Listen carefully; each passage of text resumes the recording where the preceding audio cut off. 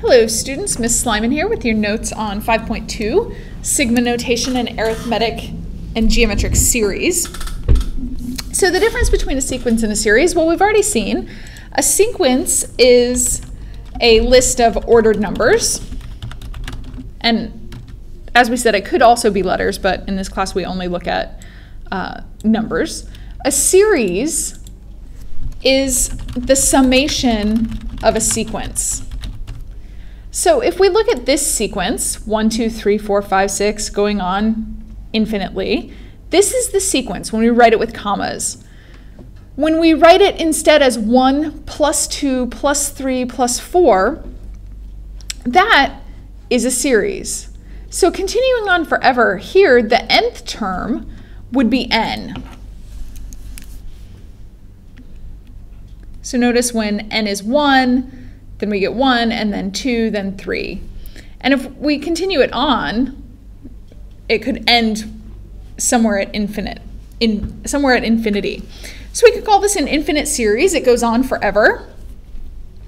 And we can shortcut, instead of writing 1 plus 2 plus 3 plus 4, we shortcut with this Greek letter sigma. So this symbol is the Greek letter sigma, and it's the capital case of sigma. You've got lowercase, looks like this, uppercase, looks like this. So this is the Greek letter sigma, and it means to sum. So starting with n equals 1, and then we count up from 1, 2, 3, 4, until we get to infinity, and we're using this formula here of each term value is also the value n. If we don't go to infinity and we instead stop, we call that a partial sum. So if we looked for the sum of the first 6 terms, we would start at 1 and go to number 6. So this is sigma notation, we say. Let's look at this one, going from 1 to 8. So we're going to start with plugging in n equals 1. So the first term, when n equals 1, we get 2 times 1 plus 1. And then we're going to add the second term. So I'm going to put this in parentheses, or in brackets. That's our n equals 1 term. Then we're going to add the n equals 2 term. So 2 times 2 plus 1. And we're going to add the n equals 3 term. And we're going to keep going until we get to the 8, till n equals 8. 2 to the 8 plus 1.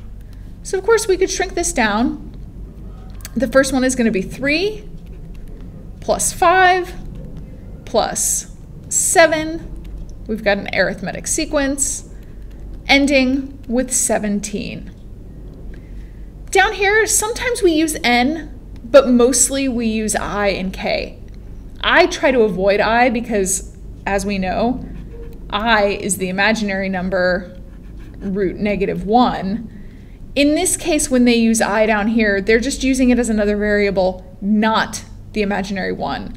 So this I, without the little tail in front, does not equal the imaginary number I.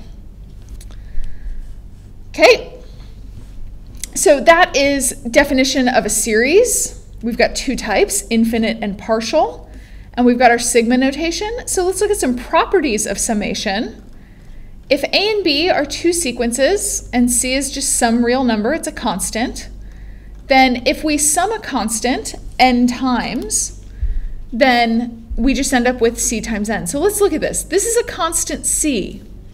So it doesn't depend on n. So looking at this, my first term, I would start with k equals 1, and I would have C. And then I would have k equals 2, and I would have C.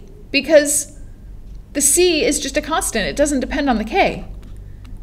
And then I would end up with k equals n.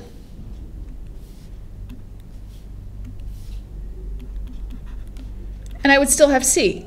So altogether, I would have n C's. So n times C. This means that I can also just factor out any constant. So I can take out the constant here and then sum my terms from AK. And if you take the sum of a sum, I can separate that into the two different sums. So this is going to be good for us to know as we go through and evaluate expressions. And I'm going to come back and do that in the next video.